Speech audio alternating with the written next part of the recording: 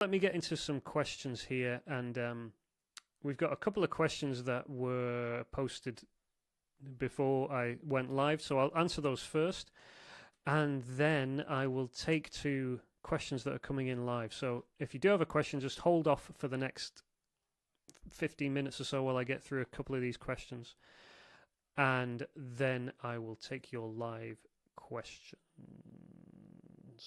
Does that sound okay? Okay, who's first up? So Jonathan was first with a question, I believe, and this is going to be a big one. Let me just copy the first line of it. So this is from Jonathan Grimes. He says, I think actually a few people have posted questions on the same topic. So this is to do with copycats. So hope you can all see that. Yeah. So the question is, maybe you can touch on what to do with those who steal your designs and place them on sites like Teasely. Is it worth chasing everyone and filling in the appropriate forms, etc., or just leave them to get on with it? So I think I have addressed similar questions before, so you might know what I'm going to say if you've been around at all. But basically my answer would be it depends on the level you're at. So if you are a small-scale seller and you have one or two designs that are selling quite well and someone's come along and copied you or stolen it, actually, before I scratch that, let me just... The big distinction I would make before we go there is between copycats who are actually eating into your income and copycats who are not. So, for example, I had a design that was stolen and was sold on, I think it was Teachip, and the design was selling very well on Amazon, but so my design was selling well on Amazon. If this is Amazon, my shirt's selling well, and over here someone stole my design, put it on Teachip, and they were driving traffic to it via Facebook, so they had Facebook ads going, sending people there, and lots of people were buying theirs. But what was happening was, so I was still making my money here, I was still making money on Amazon, and they were setting up their own Facebook ads, sending people to Teachip. So they were not directly taking money out of my pocket, if that makes sense. Now, of course, they shouldn't have stolen my design. They stole my artwork. This was illegitimate. This was copyright infringement, etc. But they weren't posting it on Amazon and undercutting me and making my income go down. So actually, what happened was probably the opposite of that, in that the Facebook ads were actually prompting people. People were seeing my design and were actually going to Amazon and searching. And so they were, in a small way, contributing to my sales on Amazon going up. But, of course, at the same time, they were selling and making a lot from stolen artwork on Teachip. So when I found this, I reported the Teachip post, I reported the Facebook ad and got it removed. But I used this illustration to point out that actually this guy stole my design, but it didn't actually hit me in the pocket directly. It was on a separate platform other than the one I was selling on, so it didn't decrease my sales on Amazon. If anything, it probably led to an increase of my sales. So I think that's the biggest question to ask yourself when you are looking at people stealing your designs.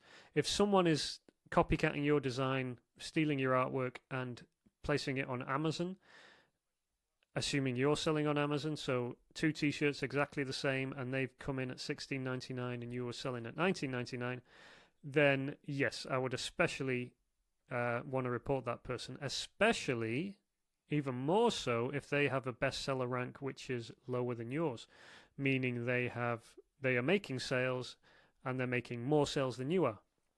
Because effectively, obviously, they're undercutting you. They are taking money out of your pocket, assuming your design was selling in the first place. So, with that in mind, that would be my main criteria for should I report this. If it's impacting you and you're pretty sure that it is impacting your bottom line, then report it. Obviously, you have the right to report it whether it is impacting your bottom line or not.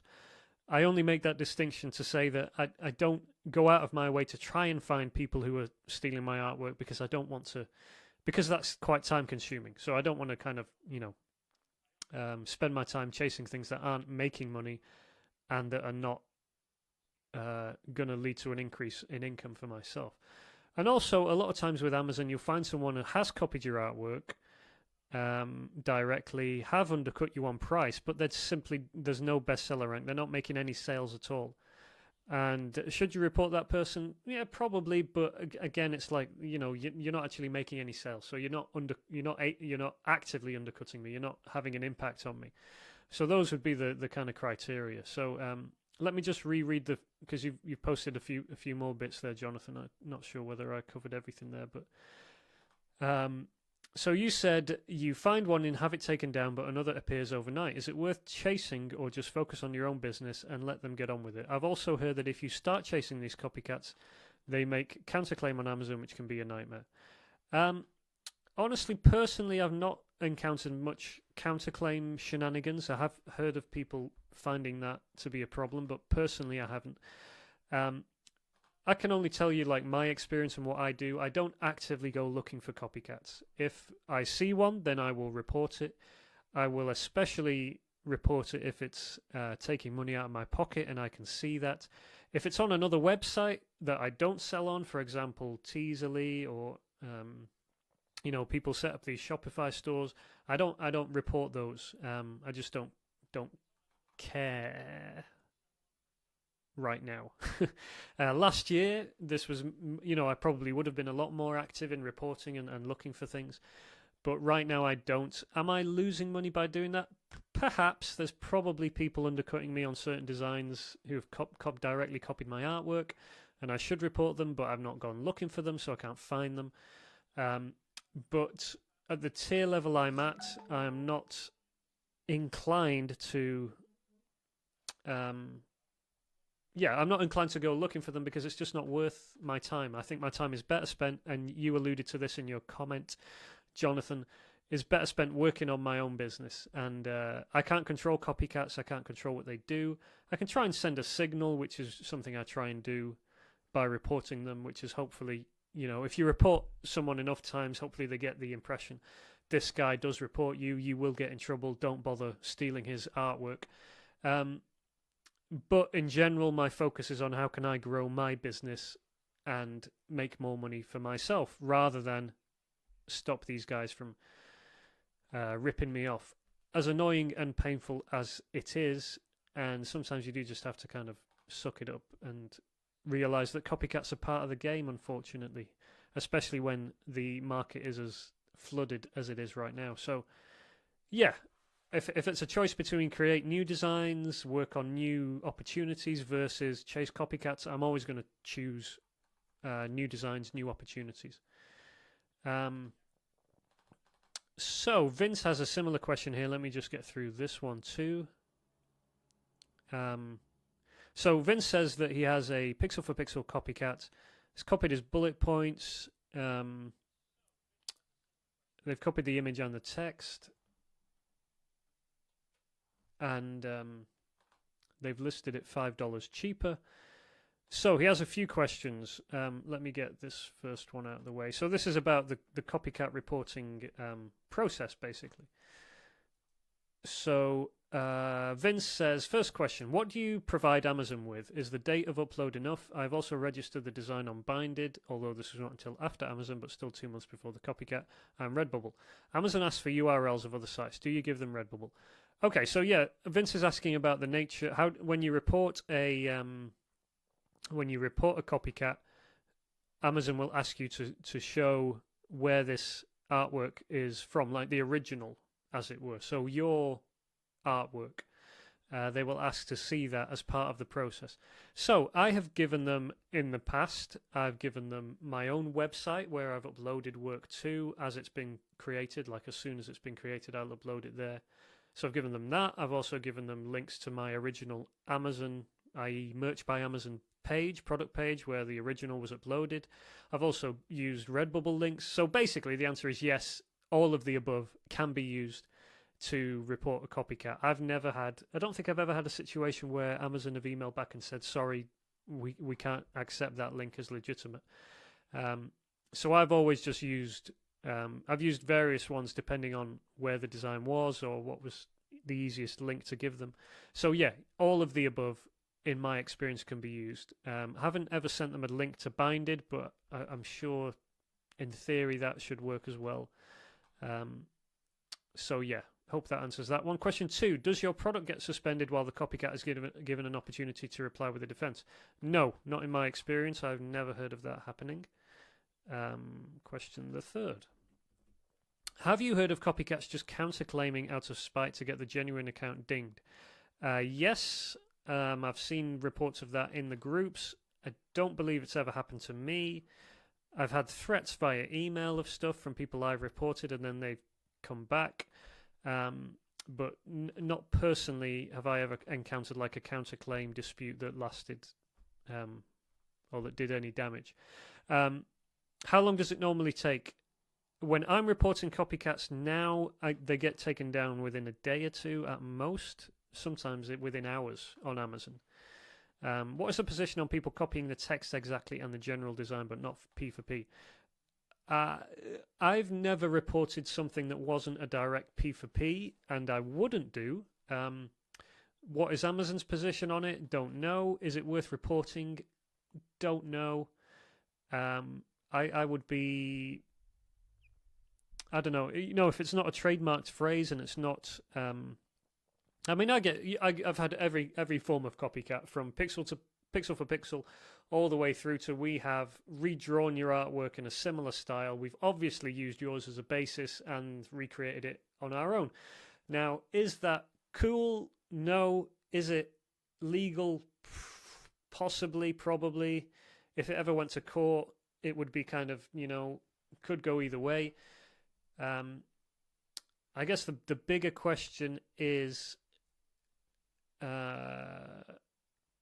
if that kind of thing is a concern to you, then you have a bigger problem in your business. What I mean by that is, legally and practically, people are going to copy you and they can use your work as inspiration, and this happens everywhere all the time. And if you're not prepared or able to kind of live with that and deal with that, and if, for example, someone takes your original idea and improves on it and sells better than you do, the problem is not that they did that, even though that was wrong. The problem is really that your design wasn't better in the first place, or that you weren't early enough, or that you weren't good enough to then iterate again and produce a better one and sell more than them. Do you see what I mean? It's kind of like overall strategy. If someone copies you and does better than you, the question should be, how are they able to do that and you're not, would be my kind of question. I'm kind of rambling a bit now, but yeah, basically, should you report people who copy you but don't pixel for pixel copy you? I personally don't, and I know it can be upsetting to see people who've clearly ripped off your design but not directly, but personally I don't mess with that. If they have used my artwork or they've used any element of my design that was original, then I would report it. So for example, if they take the artwork and they just add a new font, then I would report that, because that's your copyrighted art. If they've redrawn the artwork, that's a different case. And obviously there's muddy waters there, where have they redrawn it, if they've traced over it, or if they've changed a color. It gets messy, but in general, I try to stay away from... I don't try to stay away, but I do stay away from copycat reporting, simply because I'm busy with other stuff, and I hope that would be the case for most of us as well. Chasing copycats is not making you money. It can, if you have a huge seller and someone's undercutting you, then of course I would get on that and report them. But in general, I'm not fooling with it. So yeah, Vince just says in the bottom of his question, I realize it can be counterproductive to chase every copycat, but this design is a bestseller and my sales have halved. I would just check Vince. I would compare their sales on their copycat to your sales, and see if you can see a correlation. I don't know whether you could use Merch Informer to track the sales rank and in the history and that kind of thing. But if you see like your sales go down and their sales go up, and it like that, then definitely that would be a case for reporting them and chasing them. My only slight hesitation there is you say your sales have halved. If that's like in the past month or something, I know everyone has been having low sales for the past month. September's been very bad for me too. So just make sure that you're not conflating two different issues there. That the copycat is actually impacting your sales, and you're fairly sure of that, versus all your sales are down or something like that. So I hope that helps, Vince. And Rob's got a couple of questions, and then I'll get into live questions. So thank you, guys. We'll get through these in a couple of minutes. If you do have questions, just hold on to them for the time being, and I'll just have a drink. So Rob asks, how do you get your designs found at Halloween? Obviously, niching down makes sense, but are people really searching for more specifics than funny Halloween shirts, etc.? Would it make sense to do outside marketing to start traction? Let me answer the last part of your question first. Would it make sense to do outside marketing to start traction? Almost always, yes. If you're, I guess the only thing I'm hesitating on there is, it depends what you mean by outside marketing, and not all marketing is good or effective marketing.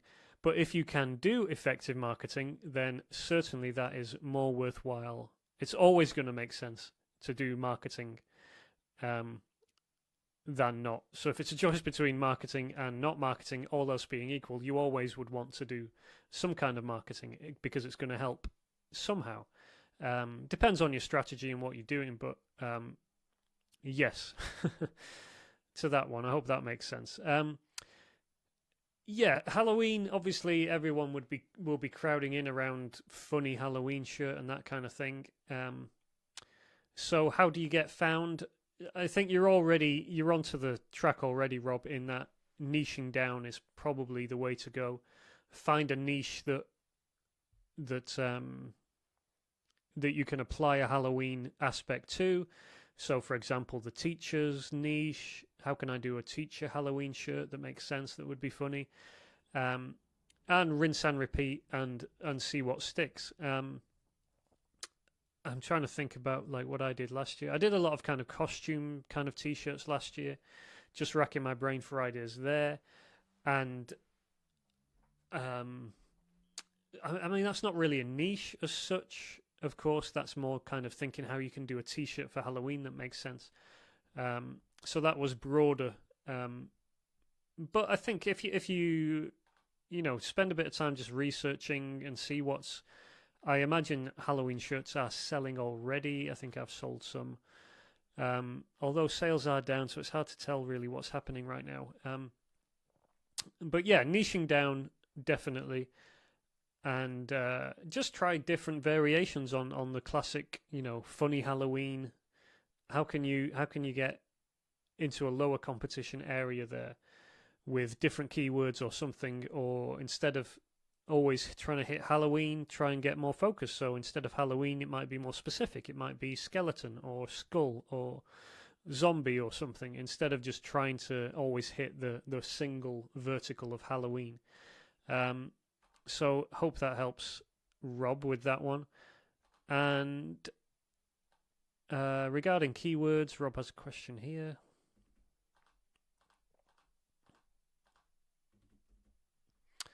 Regarding keywords, does adding stuff like great as a gift for dads, grandpas, etc. help? Or am I diluting my main keywords with this? Great question. And I don't think you're not diluting in the sense of hurting your potential rankings within Amazon.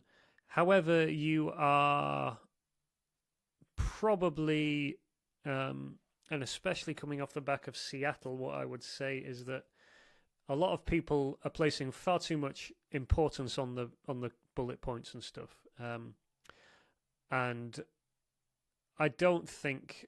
I think things like great as a gift for dads, grandpas, da da da da. I think it's making such a minimal impact compared to, like, especially the amount of people talk about it and kind of emphasize this is a good idea. Yeah, it might be a good idea, like, 1% difference if it was there versus if it wasn't there, or something like that. I really think that the benefit to it is quite small. Because if you think about what we're doing here, we're licensing designs to Amazon. Amazon is the seller. Amazon is the person responsible for getting the right product to the right customer based on what they search for and all that kind of stuff. Does Amazon need our help with that? Do we need to put gift in every listing? Don't get me wrong, I include gift, I think, in almost all my listings, but what I'm saying is that it makes kind of very little impact ultimately. What's much more important is your design, is your niche, is your market, and all those things. So does it help? Perhaps slightly. Is it worth obsessing over? No, absolutely not. Would it make a huge difference if it was there versus if it wasn't? No, I don't think so. Any design is going to have a few key search terms that are specific. This is what the person is looking for. Funny granddad t-shirt, da-da-da, a couple of options on that. And if you're trying to cram in stuff that's just not that related to that, I just think there's diminishing returns after a while there. I know it's not crystal clear what I'm saying there, but I think you can obsess about the details, and those details are so insignificant when it comes to actually making sales. So yeah, hope that helps you there, Rob. And one last pre-question, although I think this came in a few minutes ago. But Curio says, I was very intrigued by framework here from Blake's post, Perfect Pop Culture Framework. Can you please share a general overview? I can't share that right now, Curio, but it will be included in the course, the master plan course, which will be starting in October, and more details about that soon. But if you do get the videos from Seattle, you'll be able to see that bit of something that I shared. So, okay, let me get into live questions here, and I'll just give it a refresh, and I will try and work back. So, okay. One from Eileen. So if you do have questions now and you want to ping them in the comments, I will be taking questions from the comments under the live video for the next 20 minutes or so before I need to wrap this up. So Eileen asks, are the majority of people you met outsourcing or doing the designs themselves? I'm not sure. It's probably 50-50, I would reckon, in Seattle, if that's what you're asking about. Yes, people are doing... Some are doing them themselves, some are outsourcing, some are doing a combination of both. I don't think there's a clear distinction one way or the other. Honestly, not that many people... There's not that many people who I spoke to who made it clear, like, for example, I'm doing all the designs myself versus I'm outsourcing everything. That question didn't come up so much. So, Matt asks, do you drive traffic to your merch shirts? No. I have heard it is a waste and I've seen very little success, but I was not sure if anyone from Amazon in Seattle said anything about driving traffic. Matt, I don't drive traffic to my merch shirts. Really? When I do advertising and stuff, I'm doing it on Instagram and driving traffic to my Shopify store. I will have more to say about that in the course, but in general, I'm not doing traffic. So what I'm making currently... So, my income from merch and from all my PODs is based on organic traffic. And it's kind of holding up. September's been bad. But in general, it's organic traffic. Having said that, going forwards, I think driving traffic is going to be much more important, especially if you are doing original designs and that kind of thing. I think it's going to be very, very hard to cut through in a lot of niches and verticals if you don't have either excellent designs, some way of driving traffic to those designs, or some other advantage. Now, driving traffic could mean, for example, doing the advertising AMS thing with Amazon's advertising platform. I'm not doing that myself yet, so I can't comment on that either, except to say that I see that as being a way to drive traffic within Amazon that would be useful and something we should all be learning and trying to kind of play around with, I would say. Okay, is it worthwhile to copyright register original designs? Brenda, I don't personally do that. I think someone mentioned already Binded, and I would look at doing it that way. But I don't pay to copyright register my designs. That doesn't mean that you shouldn't. It's just like me personally, I don't do that right now.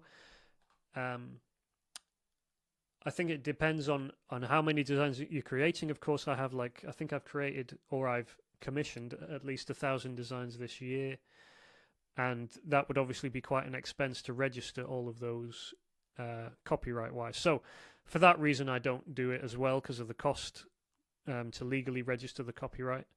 And yeah, I just don't see the benefit there right now for myself.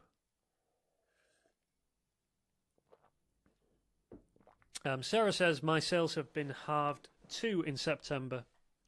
It's scary. Yeah, I think a lot of people have seen a real slowdown in September. I don't think mine have halved, but it's certainly down. And September will be my worst month for a while, which is a shame because August was my best month for this year so far. So there is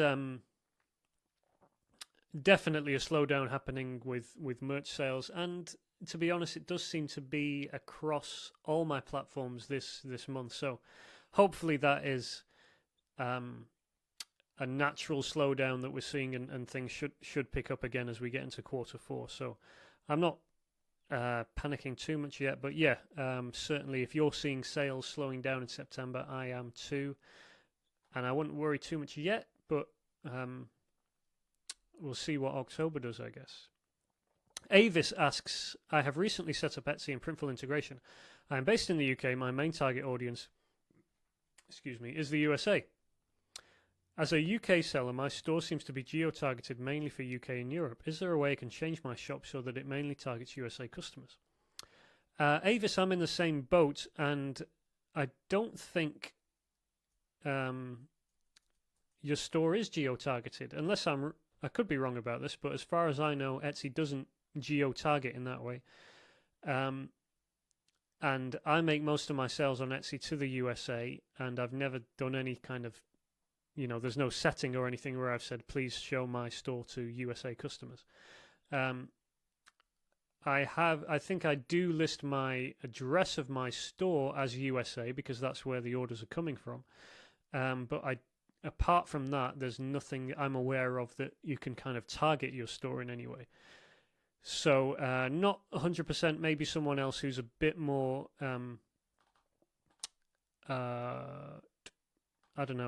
clear with what Etsy's doing and what their policies are right now. I'm not 100% clear. I'm just kind of keeping things going with Etsy. And Etsy has been the one bright spot this month for me. Obviously, I think I mentioned I got all my designs up on Etsy last month, and Etsy is now making a couple of grand a month, kind of almost on autopilot. Obviously, you do have the customer service issues and stuff, but in general, Etsy is doing great guns for me. So I'm glad to see other people are hopping on board with that and making some success with that. Kathleen asks, I'd like to know which kind of designs you would recommend for Redbubble and merch. For example, which background colour for shirts and other products on RB? Only one colour or more, only text, or always some illustrations, etc. Kathleen, that's a good question. It gets asked a lot, or a variation on that question. I did speak in Seattle. I mentioned someone asked a similar question, and the illustration I gave is really, it's a good question, but it's the wrong question. So you want to put your self in the shoes, in the mind of the customer who is going to buy a T-shirt at his computer, and no person sits down at their computer and types in, you know, a text-only T-shirt or a red shirt. Most of the time, especially if you're going to sell them a shirt with a design on. You know, they don't sit down and do this. They sit down and type funny Halloween shirt or eclipse shirt or something like this. So if you start from thinking about, you know, what kind of shirt should I design, what kind of colors, what kind of illustrations, what kind of text, you're starting from the wrong point, because customers don't start there. Your job is to create the design that correctly meets the needs of the customer. Now, of course, the customer searches for something first, you know, whatever that is, eclipse shirt. It's your job, and it's not an easy job by any stretch, but it's your job to figure out what they mean or what they're looking for when they search, and then create the thing that is going to be exactly what they were searching for, so that they will then buy the thing that you've created. And obviously that's kind of an oversimplification, but I say that because nothing they type in here, you know, it's very rare that they would type in red T-shirt or black T-shirt. You know, they're going to search for a particular design or a particular concept or a niche or something, and they're going to look through and find the right shirt, the kind of thing they have in their head, and they're not going to limit themselves to a particular color usually, and that's your job to figure out the right thing. So I would always start with that approach. Start with the concept and the niche and the idea for the design or the market that you're trying to target, and then create the design. So don't limit yourself and say, I'm only going to create text-only designs because those are going to sell better or something like that. The shirts that sell, text-only designs sell, illustrations sell, text with illustrations sell, red shirts sell, black shirts sell. The thing you've got to figure out is, who am I going to sell to and what designs do they want? It's not, you know, color or font or anything like that that's going to ultimately make the sale. So I hope that helps explain kind of my thinking there.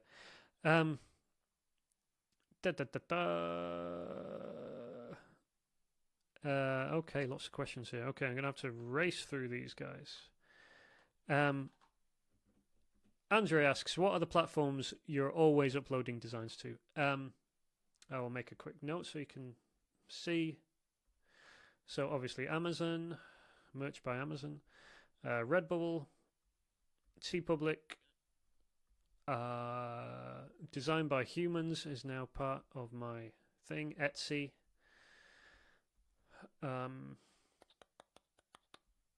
Society 6 usually, and Rageon I think I'm still uploading on. Screened. So like when you get past here, this is not big money by any stretch. This is just kind of trying to pad things out. Obviously Amazon is number 1. Etsy is probably now number 2, and Redbubble, TeePublic kind of descending in that order. So those are the platforms I'm uploading on. Hope that helps you, Andre. Marco asks, when will Masterplan start, and will we have benefits from it for this Q4? I can't answer the second part of your question.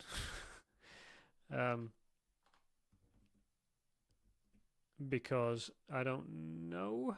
But I know when it's going to start. It's going to start the 3rd week of October. Will you have benefits from it this Q4? I don't really know what that means, Marco. If you can clarify, I'll try and answer that question. But if you're asking me to predict the future. I cannot. Adrian asks, what are your thoughts on super low-cost providers like Wardens and Rose Wholesale? I have no idea who either of those are, Adrian, so sorry about that, but if you can send me some information, I'll try and look, and maybe I can answer that next week or something. Curio asks, as a designer yourself, how do you see the principles and digital downloads business, Etsy for example, versus t-shirt POD business in terms of access, difficulty, and sales? That's a great question. I think that the probably the biggest problem in terms of sales with principles and digital downloads is that principles and digital downloads are quite low value, usually low price. So it's perhaps more difficult to make a decent income from those than it is with t-shirts. Although, of course, the margins on your digital downloads would be huge compared to t-shirts. So it depends what you're going for. I mean, principles, I've never done it, never done anything like that. I do know people who do it and make good living from it, but it's not really my sweet spot, I guess. And I haven't really found an area that would be kind of perfect for that, if that makes sense. But yeah, is it difficult to start selling principles and digital downloads? I don't think it's especially difficult, but I do think you need to have all your ducks in a row, and you need to, people expect everything to be, print ready, pitch perfect, and all this kind of stuff. I mean, I can design for print and stuff. It's not my favorite thing to do.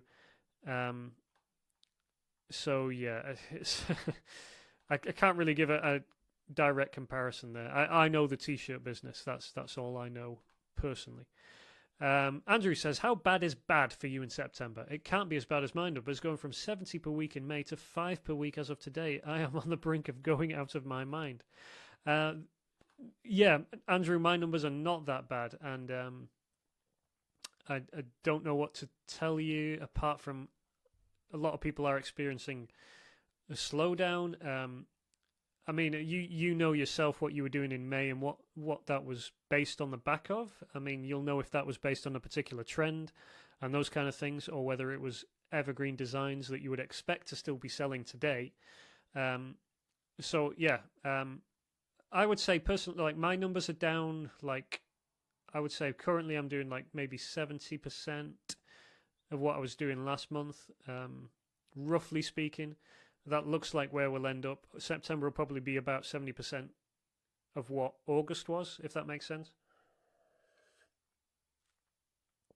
Hopefully a little bit higher than that, but actually the growth, I shouldn't say growth because obviously we're not going up, but Etsy has kind of softened the blow for me there.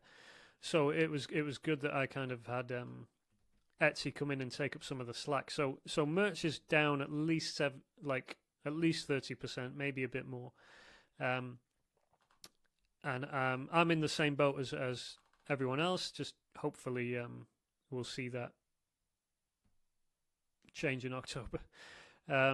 Marco says, I have 2 Amazon affiliate sites about animals that are doing okay traffic. I now plan to add shirts also, since it is Google traffic and free. Do you think I should just offer a small number of shirts to make them easy to decide what to buy? Yes. It depends what you mean by small. I wouldn't offer hundreds. I would offer somewhere between 10, 20 shirts to get started and see what happens. And I mean, I think sometimes we can't underestimate the amount that people are scrolling on Facebook every day, and Twitter, just scroll. So sometimes I worry that if we give people too small, not enough kind of choice, that they'll kind of we end up missing out because we just kind of give them 2 or 3 designs or something. You probably need to do at least like 20 just to kind of give people enough choice to get a real feel of whether the demand is there. But yeah, I would start something like that and see how it goes. Mavis, I have one design that I've placed in similar niches that gives me consistent sale, but I have over 200 live. I'm trying to brainstorm improving targeting for the other 200 plus that give me one here or there. When do you scrap a design? If by scrap design you mean like delete it from your account, never. If you mean like forget about it and move on to something else, then I do that all the time. um, so I'm not really 100% clear on your question, Mavis, if I'm honest. You're trying to brainstorm improving targeting for the other 200. So you have other 200, but they're not selling. You get one sale here or there. Are you saying that these 200 are all based on the same design, and you just kind of change some element of it, and you're trying to improve the keywords or something like that? So it might, if that's the case, if I'm kind of around the right concepts here, then I would say you might be, overworking it, and you might have to, be better off moving on to the next thing or something, if that makes sense. Some designs just aren't, just won't cut the mustard, and I would always want to have more unique designs than trying to tweak like existing ones, if that makes sense, because I think the more unique designs you have, the more likely you are to make more sales, basically. Andrea asks, when you sell a design on Etsy, do you make one listing for a shirt and hoodie, or do you make two listings, one for each? So, Andrea, what I'm doing right now is just t-shirts. And previously I have made separate listings for sweaters. And I've never sold hoodies directly on Etsy, but I've done t-shirts and sweaters and tank tops, all as separate listings. You could do them as one listing. I'm not sure you'd be able to work that exactly with the Printful integration. There might be a way around that, but not sure. But yeah, I have previously separated the listings, but right now I'm just doing t-shirts. I should probably look at doing sweaters and hoodies as we're getting into Q4, but not sure if I'll get to that with everything else that's going on right now. So, sorry, this is Matt. Matt says, for Etsy, I know you talked about Google Ads, and I did this and was getting sales, but it's so much more expensive than Etsy promoted. And I was not bringing enough profits after Google promoted ads. Are you still doing both? No, I'm doing just Google promoted ads. So it's strange that you say that Etsy is cheaper or more responsive. In my experience, it was the other way around. It was Google ads that were profitable, and it was the Etsy ads that were not profitable. So I turned off the Etsy ads and kept the Google Shopping ones live. But obviously, it just kind of depends on your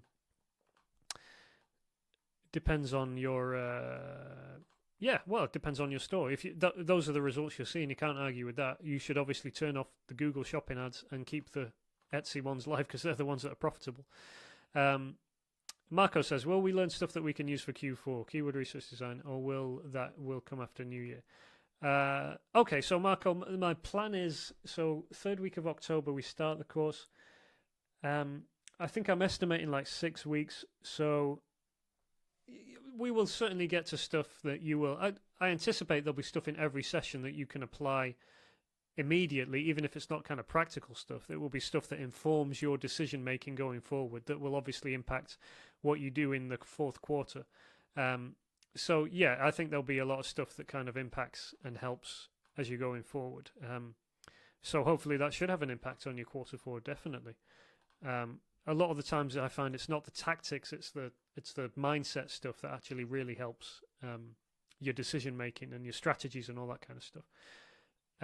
Adrian asks, did you set up just one Etsy shop or several for your different niches, and are you using a brand? Yes, I'm using a brand, and I have basically 3 Etsy shops right now. One of them is doing the bulk of the work there, doing 80% of the sales, and they are under different brands, but the niches they're in are quite broad. So they are I'd say they're like broad niche, like funny t-shirts, that kind of, not quite that broad, but almost as broad as that, as a brand. So it's not as specific as, for example, dog t-shirts or funny Alsatian t-shirts or anything like that. It's much kind of broader branding than that. Andrew said, you mentioned something like your Etsy sales are on autopilot. Most folks on Etsy say that it's a really hands-on. How have you set up your Etsy system so that it's hands-free? It's hands-free in the sense that once I've added the products, which someone else has done on my behalf, so I've got a assistant to do that and hook everything up, and then I have someone doing the actual hooking up of orders as they come through and syncing that. But again, I mean, that's basically once everything's set up, it works. But it can take a long time to get it set up, if that makes sense. So yeah, it is hands off. The only anomaly there is the customer service stuff, because people are going to be emailing you with issues and questions and refund requests and stuff like that. So it certainly is not hands-free like Amazon. So if I've given the impression that it's that hands-off, it's not. So I don't mean to be misleading in that sense. I just mean that once it's set up, and if you have someone, and even I mean, I could do the customer service myself. I have someone helping me with that now, but I have been doing that previously, and it's little more than like maybe a message a day or something like that you have to reply to and deal with. So it's not incredibly time consuming to run a successful Etsy store through the print on demand system and with Printful. So I hope that makes sense. Okay, Mavis said I answered a question by not deleting the shirt, so great. Karen asks, have you tried Inktail yet? No. I don't think there's much organic stuff to be found via Inktail. Whoops. Just kicking my computer over there. There's not much organic traffic I can see from Inktail. Seems to be a new platform that's hooked up with Printful. Looks very nice and easy to use, but I don't see how they're getting any traffic really. So I'm not using Inktail yet. And okay, that brings us up to an hour's worth of live Ask Me Anything. If there's any last minute questions you guys want to fire away before I close this down, please do so, and I'll give it a couple of seconds and do some refreshes.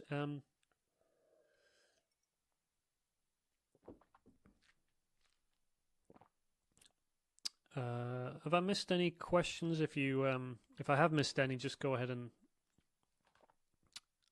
feel free to repost your question so that I can get to it.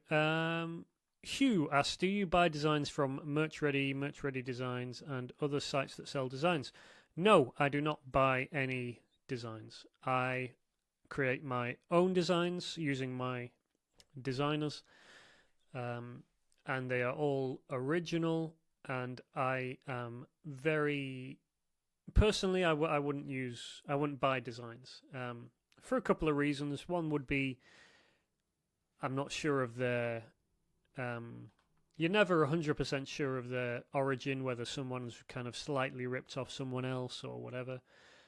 And I know people can say, oh, these are original, and they probably are, but it's the fact that you don't know that for certain. So if I'm using my own designers, I am 90% sure that what they're producing is original, and I can tell now. Of course, my designers have their own style and stuff, so I can tell if they would have copied someone else's. It would be fairly obvious, and I just know the origin, so I can confidently put this on a website and know that it won't be taken down for copyright claim or something, because I'm the one who's produced it and it's truly original 100%.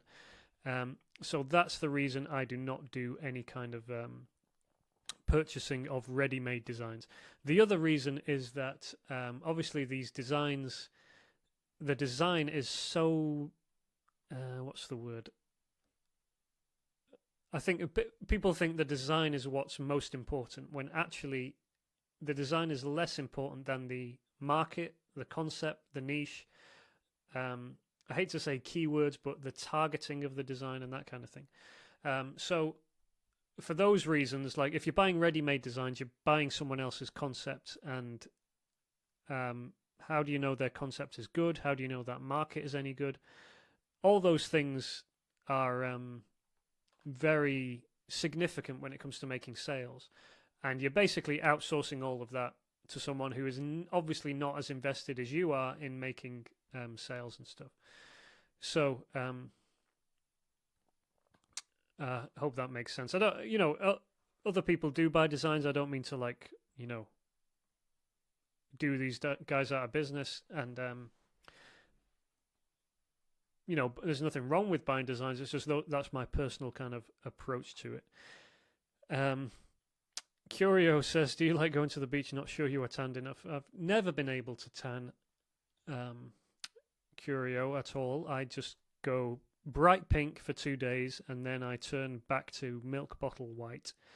And I think I've turned back now. I was pink for a few days in San Diego, and we did spend a lot of time on the beach, but I was covered in sunscreen for most of that time as well. Ree says, "Do you use ShipStation?" Yes, Ree, I am using ShipStation still because I had a few little quirks with the Printful integration with Etsy. So yeah, I'm still using ShipStation for that. And okay, I think that brings us to... Oh, okay, I've missed one here. Kathleen asks, I just asked how I can join the course. Okay, yep, no problem, Kathleen. Sorry I missed that.